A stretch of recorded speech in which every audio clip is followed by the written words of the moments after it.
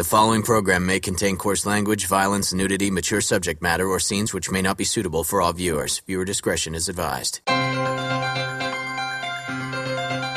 This is the X-Zone Broadcast Network, broadcasting worldwide on broadcast affiliates and satellite program providers, including CNN Broadcast Network, Sirius Satellite Network, Star Media, Good News Radio Network, Angel Broadcast Network, Wiki Broadcast Network, and WPBN TV. For more information on the X-Zone Broadcast Network, visit us at www.xzbn.net.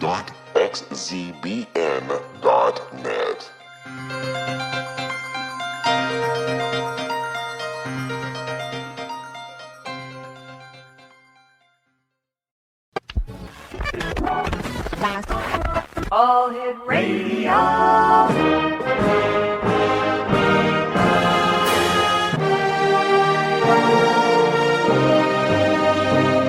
Welcome to the X-Zone, a place where fact is fiction and fiction is reality. Now, here's your host, Rob McConnell.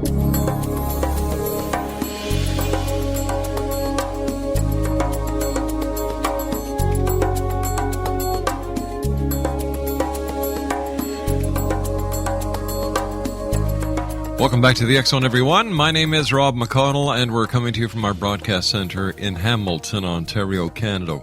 Worldwide toll-free, 800-610-7035. My email address is xzone@xzoneradiotv.com. On all social media sites, X-Zone Radio TV. And our main website is www.xzoneradiotv.com.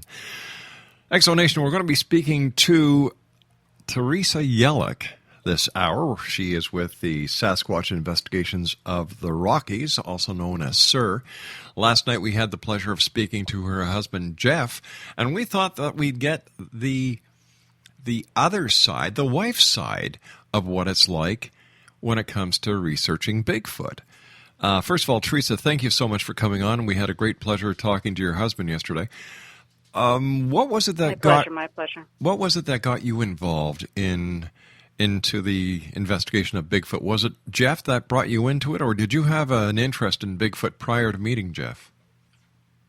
No, it was my husband. Mm-hmm. He would go out camping and come home with stories that would really intrigue me, and I wanted to know more. I was like, okay, I want to go out. I want to know what, because I hear about his experiences. Mm-hmm. I was like, well, I want to go out and see what all this is about. I was fascinated that there's actually another being out there. It really intrigued me. Yesterday, Jeff was telling us that you yourself had a Bigfoot sighting. Correct, yeah. Tell us about that. Yeah, we started going out together, and about 2 months after I started going out in the field, Mm-hmm. I actually had the privilege, one stepped out behind the tree, and I was able to see it on the side. And it was jet black. It was we measured it about 8.5 to 9 feet tall. It looked a little bit hunched over to me, Mm-hmm. and it was up about a 45-degree angle on a hill, and it flattened out once you got up the hill. So it felt safe up there, because it wasn't like I was going to get up and run after it, because you shouldn't do that anyway. But I had the pleasure of seeing, and I couldn't believe what I was seeing. I just sat there. Now, in awe. Now, when you say you saw it from the side, was it through your peripheral vision, or did you actually see the side profile? No. I seen the side profile. I did not see an ear or anything sticking out from the hair, but I remember thinking to myself, because it looked very well groomed. Mm-hmm. It looked like it just took a brush and combed its hair. I was just amazed. And it did. It looked very soft to me. The hair did. How far my, would you... My first reaction, I wanted to go up and actually touch the hair and see if it was Sure. soft as it appeared to be, you know. How far were you when you first had your sighting from the Bigfoot? We measured it about 75 feet away. Wow. Yeah, it was fairly close. After the sighting, did you detect any odor in the air because some of the Sasquatch investigators I've talked to over the years have said that there's a musky-like smell in the area of a sighting of Bigfoot. That night that I had my sighting, no. Yeah, we've smelled the musty too, but I don't know if it was the wind direction. But we did not smell anything, no. I don't know if it's an odor they... Go ahead. I was just going to say, having seen Bigfoot for yourself, you are obviously a believer, and rightfully so. How do you deal with skepticism? Well, with skepticism, everyone's entitled to their own opinion. I just relay what I think, what I feel, and I believe, and I was like, well, and I answer all their questions to the best of my ability. Well, how do you know it wasn't there? How do you know this? Or how do you know that? And I just relate the best that I'm able to.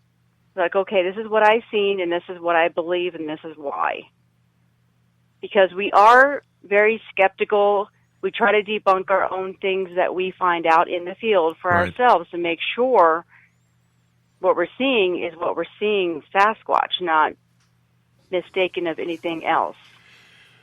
Theresa, you and I have to take a 2-minute commercial break. Please stand by. Thank you very much for joining us, and say hi to Jeff for me.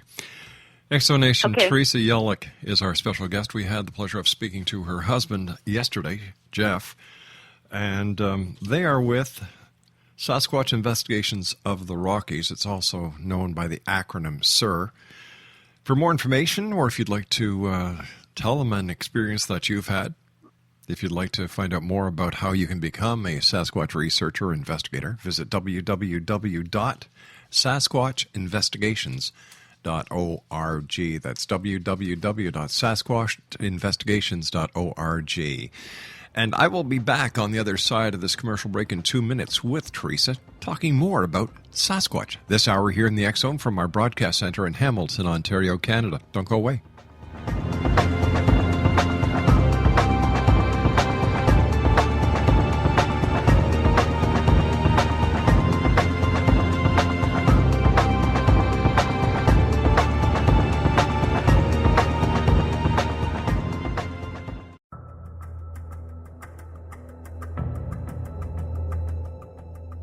Modern Esoteric, Beyond Our Senses by Brad Olson, consummates the lifology story about where humanity originates. It is the lost continents, the primitive wisdom, the mythos of creation, and the rethinking of ancient history as we are taught in academia. There is much more to the story than what we have been told. As this is the first book in the Esoteric series, Modern Esoteric starts at the beginning of time and accelerates up to this modern age. Future Esoteric is book 2 in the series and takes a forward-looking position ahead of today with an open and honest examination of the ET issue and various unexplained phenomena.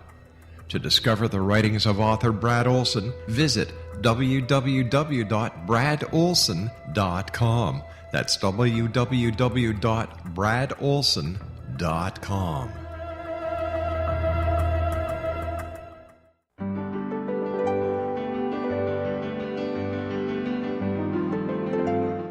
Named one of the world's greatest psychics, Elizabeth Joyce is now giving readings worldwide via Skype. Elizabeth Joyce is recognized for her clairvoyant ability to help find missing persons, her analysis of dreams, past life regression work, mediumship, and her accurate predictions. Elizabeth has been a frequent guest on the X Zone radio show with yours truly, Rob McConnell, now for several years.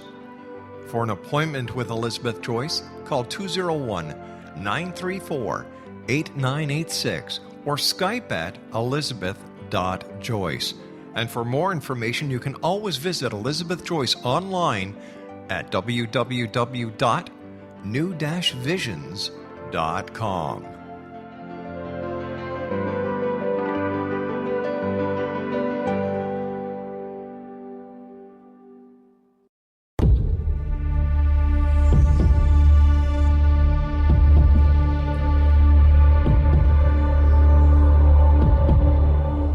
Welcome back, everyone. Theresa Yelek is our special guest this hour. She is with the Sasquatch Investigations of the Rockies, based in Colorado. Their website is www.sasquatchinvestigations.org. SasquatchInvestigations.org. Why do you think it is important that we actually prove that Sasquatch does exist? Well, the way I personally feel, it's not that important to prove to somebody, because I really enjoy being out in the field around them. It's hard for me to explain, but I just feel such love from them. And they're a very kind being, and I just really enjoy being there with them. Now, proving it, I bring to the table my experiences and what I think different things in the field mean. But as far as harming one, that's never our agenda at all. Because we want to build their trust and get their trust, and we want to basically be friends with them and be family with them. So if I'm understanding correct, you want to actually communicate and be part of a Sasquatch community? I'm not sure exactly what you entail about meaning about that, but yes, definitely. Do you think as far as their trust and everything? Do you think Go that ahead, that there would be some negative repercussions by getting involved with Bigfoot at such a close and personal level? Well, I think they understand that, yes, we're a little bit different, and I just want to be friends, and yes, the communication. Maybe you learn a little bit of things from them out in the field, but as far as living with them or anything like that, I would not survive outside all the time. But being part of their community and having their trust, that's my main goal. So tell me, what do we know about Bigfoot so far? Well, what I know about Sasquatch so far is they're very kind and trusting, and if you ruin that trust, break that trust with them just once, you may never get it back. Now, you say they're trusting. If they're so trusting, why haven't they just come out and made themselves known to you and communicated with you and welcomed you into their family, so to speak? Well, I feel that they have communicated with us, but I believe they pick and choose who they want to communicate with or be seen by or anything of that nature. What do you think the origins of Sasquatch are? And what exactly do you mean by that? Where do they come from? What are they? I believe they may be part human, but far as anything else, I'm still learning it myself. Should they be put on the protective species list? Yes, definitely. Well, doesn't that pose a problem since we don't know what species they are, and in order to put them on a protective list, don't we actually have to prove they do exist? Well, I believe they do exist. I do not believe we need to harm one to prove that we need to. Okay, I don't believe that we have to go harm one or catch one or anything like that nature to prove that they do exist, because I know they do. Okay, you've had the experience, and you're in a very small minority who have had an experience, and throughout the years there have been many hoaxes perpetrated, and people have conned people into believing that Sasquatch is real by presenting bogus films. Let's see, I can remember Tom Biscardi with his famous Georgia Sasquatch Bigfoot in a freezer. Yeah.